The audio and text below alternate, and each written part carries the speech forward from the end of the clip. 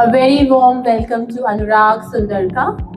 Anurag Sundarka is the founder of Zebra Learn, a modern learning platform that simplifies complex topics like finance, business, and investments through visually engaging and easy to understand content. With a strong focus on practical knowledge and learner first design, Zebra Learn is redefining how students and professionals consume educational and learning content in India. Zebra Learn has also built a strong connect with learners through its visual first learning approach. So, Anurag, at just the age of 27, you have built a fast growing learning brand in traditionally competitive space. What mindset or habits helped you to take on this responsibility so early in your journey? Hey Dimple, thanks for having me. It's wonderful to be here, and also thanks to Bookscape team and Repro team for having me here. At a young age, a good part about being young is you don't come with a lot of this is how things are done. Yeah. So I think when we started, me and Radhika, I was 23, she was 21. So we did not know a lot about how things are done. So I think as challenges came up, we had no baggage as such. So we could just try play along. Two things that we really believed in. Radhika comes from a lot of design background. So I think we built our thinking also on two strong pillars, that is design and tech. So books being the core, and books are education at large, being the core, but design and tech happen to be two pillars on which our experience stands.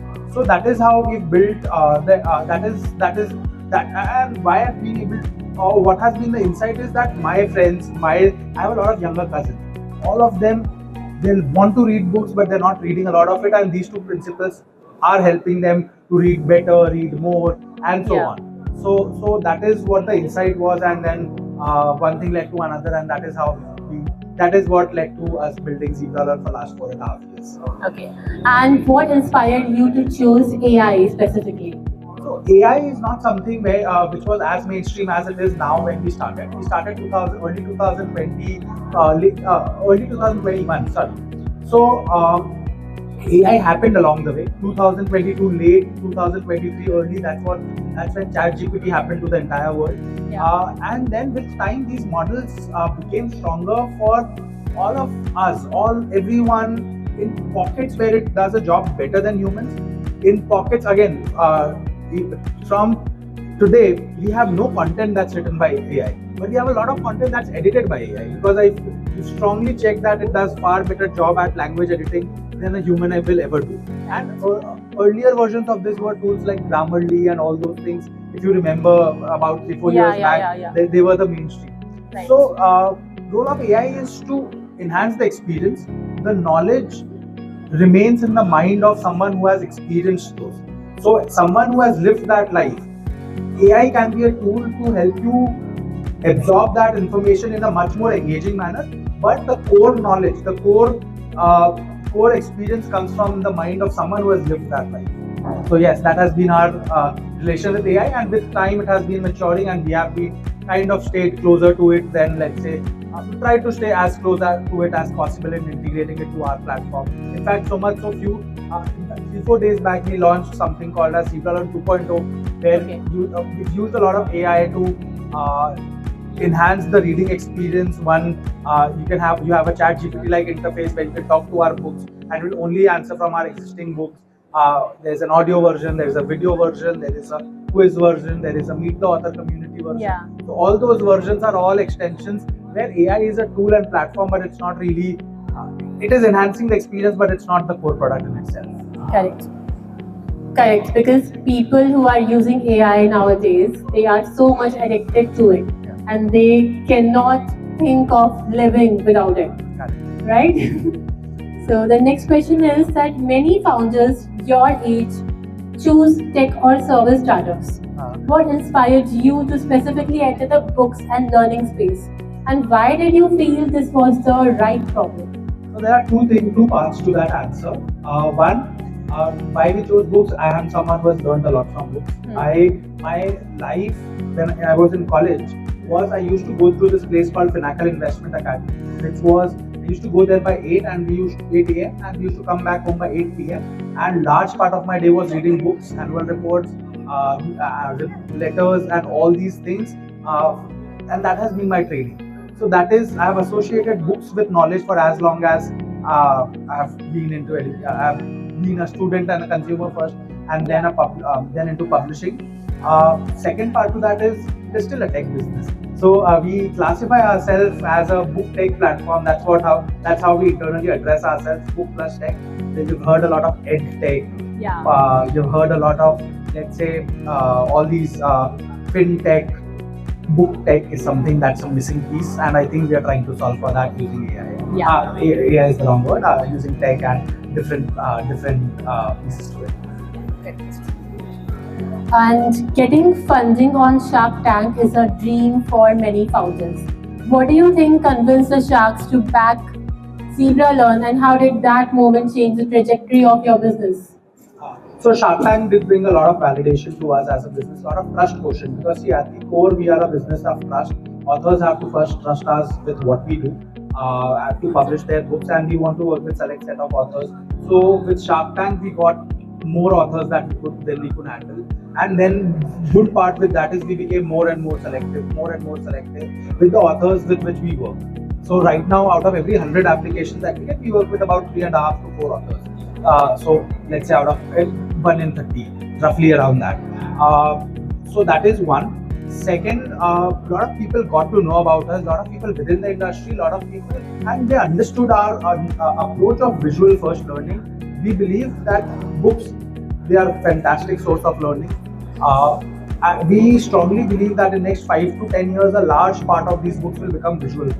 People will read visually, be it with different tech solutions, be it with people like us. And that is where we believe with time our relevance will keep on increasing as people reduce reading books and increase experiencing books. So that is largely the thinking. And also from a Shark Tank perspective, I think what convinced a shark, I honestly, my discussion with Radesh sir and my understanding with him is he classifies books as weapons of change or instruments of change, and that's the word that he's used. So those are, I think, few pointers where I feel. Outside that, also what we know is, and not just Shark Tank but other investor pitches as well, it's generally the view on books as a space that convinces or not convinces anyone to either invest or not invest, us or any person in this particular industry.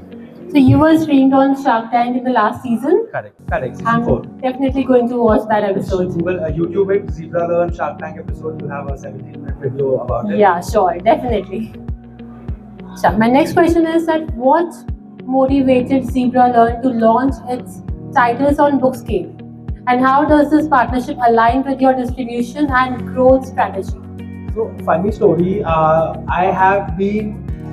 used to work as an equity research analyst, and I have been tracking or knowing about Repro books since then. Second part, when I wrote my first book, Repro was the seller on Amazon. So that's where the relationship stems from, the trust stems from. And then with time, I think once we aired on Shark Tank, that's when I think Repro also got to know more about us. And that's where the discussion began. And they said they're building something where readers can directly come and experience books on their platform.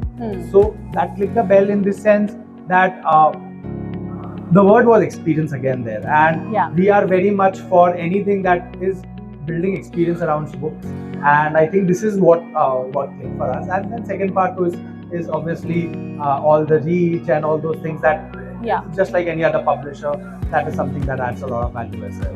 Okay. So from a launch perspective, which Zebra Learn titles or categories are you most excited about introducing to Bookscape's audience, and why?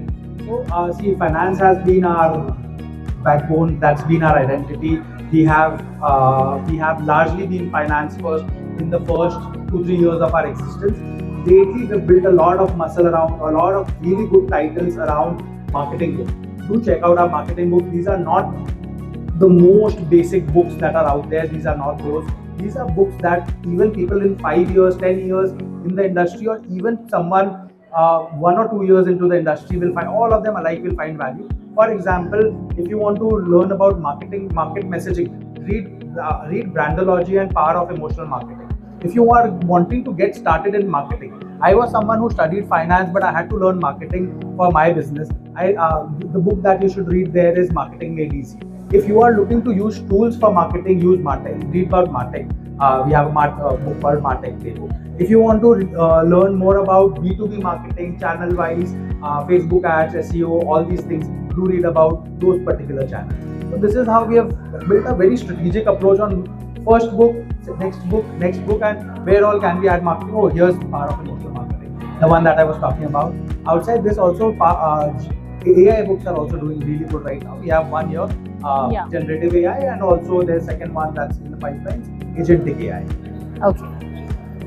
Would there any one insight you are hoping to gain from this Bookscape launch? Yes. Something that is really important for me is why someone reading what they are reading. This is a question that we always ask. See, buying a book and selling a book is a very short-term transaction. Yeah. Why is someone buying? Because when you buy a book, see, you're paying, first you'll be paying money as a reader, then you'll be paying in time as well. So why are you doing that? That is something that has always intrigued me, and as much data around it, as much insight around it, as a publisher, that is something that really excites me. Why? Because then that allows me to add value in your life. See, a book is, again, it's something that an instrument of change. So maybe if this book can help you design a marketing campaign that will help your business grow your top line 20%, imagine the value that we have created in our minds. So that is something, that impact is something that's very personal to me and to our team as well. So we take a lot of pride in that, and that is something I want to be as close as possible. And with Bookscape as well, just trying to amplify the impact that we feel we have been able to create, and we will be wanting to create. Okay. Lastly, any takeaways you want to provide to your readers and our audiences? Takeaway is pretty simple. See, I have studied finance personally, but today my large part of job is building software products for our business, building that tech platform, or with the team obviously, and marketing. Finance is a relatively lesser part of what I do, and all of this is self-learned and learned via books. I have vested interest in telling you, please read books. I'll not tell you read books. What I'll tell you is, whatever you want to learn, you can learn it at any age, at any time.